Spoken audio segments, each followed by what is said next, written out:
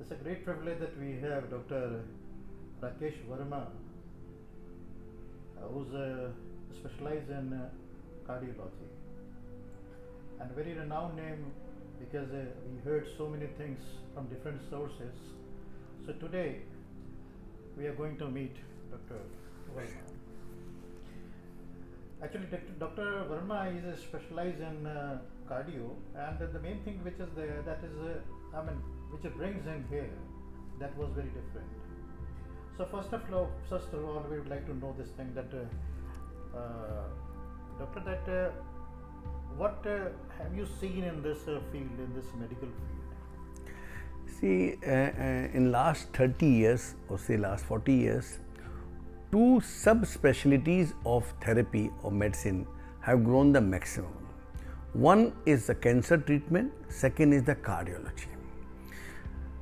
Some 50 years back, the Chief Minister of largest state of the country, Uttar Pradesh, C.B. Gupta Saab, developed a heart block, and he was required to be airlifted from Lucknow to Delhi, and in G.B. Pant hospital a large pacemaker was implanted in his body. That made the thinkers, the administrators, the politicians, the statesmen and the doctors of the North India, yes, we should develop cardiology. And I must tell you, in last 50 years, the research in cardiology has made so big a difference that longevity of the man and woman has increased at least by 20%, which is a very large number. Earlier, when this country which is popularly known as Bharat or India, when it got independence in 1947, the life expectancy of a newborn male child was only 49 years, and that of a newborn female child was only hovering around 41 to 45 years. Today, the expected life survival or expectancy of a male child is 71 years and 69 for a female. So, such a huge addition, and this is story not in India alone, but this is across the globe, in developed countries, in developing countries, in countries who are yet to be in the race to be known as developing countries. Yeah, we know this thing, but what is the reason behind this? Every day we are listening so many cases in heart. So, what will you say for this? Because Mr. Robinson, your question is very pertinent and to the point. I am very happy that you raised this question, which is of a larger public importance. Heart disease can be broadly divided into three groups. Disease 1, which a child carries through the womb of his mother or her mother. Group B is those diseases which an adolescent, young boy, pre-university boy or girl develops. Group C is a person who is mature between 35 to 55 develops, and group D is the coronary artery disease. In group A is known as congenital heart disease, in which because of the defects here and there, persons develop this disease because of there could be septal defects, there could be defect in this, there could be malformation of the blood vessels in female, and whether working at home or in an office, working in an industry or in a market, because of the day-to-day stress which they are not able to cope up, and because of their routines, because of their lifestyle, they develop one very peculiar disease which is very dangerous and commonly known as high blood pressure. This is between the age of 30 to 50 years. Around the age of 50 years, people sometimes develop heart attack or coronary artery disease, or commonly known as angina. In this disease, it is most important to understand the regions of this. In this, the symptoms are, while somebody is climbing the steps, he or she feels choking, feeling of compression from the lower jaw up to the upper part of the abdomen in the center of the chest. It is not a pain, it is a pressure. He or she feels as if some pressure, some weight has been put on the chest, and person is not able to talk, not able to breathe, not feeling comfortable. So that is the features of angina. After taking a heavy meal and trying to climb up or run, he or she feels incapacitated and feels these symptoms aggravated. If the disease prolongs a bit further, if the disease is not taken care at this stage, sometime a person develops acute myocardial infarction, which in the common language is known as heart attack. In this field also there is a tremendous study, research, benefits and addition to therapeutic measures. Now, why does one develop angina or a heart attack? If you see a child who is a newborn, if you see his blood vessels, they are all clean, they are absolutely clean. But as the age grows, small fat particles, fat which we eat and fat which our liver manufactures, they start stagnating, they start blocking. Over the years, if one doesn't follow a good lifestyle, good dietary habits, good exercise and doesn't follow the principles, then he or she develops small stagnation in the blood vessel. This stagnation of the fat particle can gradually increase and may totally choke the blood vessel to the extent that there is no blood flow going forward. If such is the situation and some other factors come play and person develops, in that area of the heart there is no blood supply, no nutrition, no oxygen, no energy giving material, and that area starts dying, and that is the situation what is known as myocardial infarction. Now, all patients of heart attack or myocardial infarction do not leave the earth, because everybody gets scared कि अब तो heart attack हो गया, now I have developed a heart attack, it's time for me to go away. No, it's not the situation. American Heart Association used to give a real gold coin to all survivors of myocardial infarction or heart attack after they complete 25 years. Then American Heart Association started feeling bankrupt, so they gave up this practice some 20 years back. In other words, good medicines, good self-control, good dietary control, good exercise control can reverse it or stop it at the stage where it lies. The newer treatment modalities for this is newer kind of medicines. Several new medicines have been introduced in the last 25 years, which are very effective in allaying the symptoms, stabilizing the disease or reversing the disease also. One of the common techniques which was developed some 30 years back, which was known as stenting. What is stenting? Stent is a procedure by which we maintain a gap between the two blood vessels. This is a stent, this is a metal part. Now, this metal part is so thick, it doesn't allow this wall to collapse with this and maintain the lumen. So, this procedure is known as angioplasty. Angioplasty during last 35 to 40 years has come to a very good stage where it has almost always replaced the surgery required to do for myocardial infarction patients, which is also known as bypass surgery. What we do in bypass surgery? The surgeon will take a blood vessel from the arm or from the breast or from the legs, and he will bypass the blocked area. Suppose this area is blocked, so he will create a new channel like this. He will create a new channel like this, so that the blocked part is bypassed. It's just like bypass roads that all major cities in the world are having. New York has a bypass road, Washington has got a bypass road, that one doesn't need to go through the New York city, one can go from outside.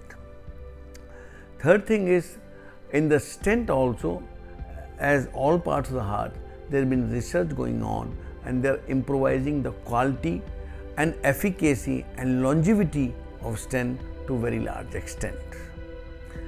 Now, another question keeps on coming and being asked as you're raising persistently: how to prevent, how to avoid, how to save oneself from an angina or a heart attack. See, what we are all are doing is we are in a mad rush. We are destroying the nature. So nature in turn is destroying us. I repeat, we are destroying the nature and nature is in turn is destroying us. We are in an unhealthy competition. Healthy competition was required, but we are in a mad rush. We are in a mad race. We are running without a goal. One who has got a small car is looking for a larger car, whether he or she requires or not. One who has got one property is asking for two properties, three property, four property. For each new property or each new asset, one has to burn some midnight oil. The body was made for limited hours of work, say 6 to 7 hours of active work, 6 to 7 hours of leisure time, family time, relax time, friendship time, and 6 to 8 hours of sleep time. So, sleep time and leisure time is being curtailed at the cost of earning time.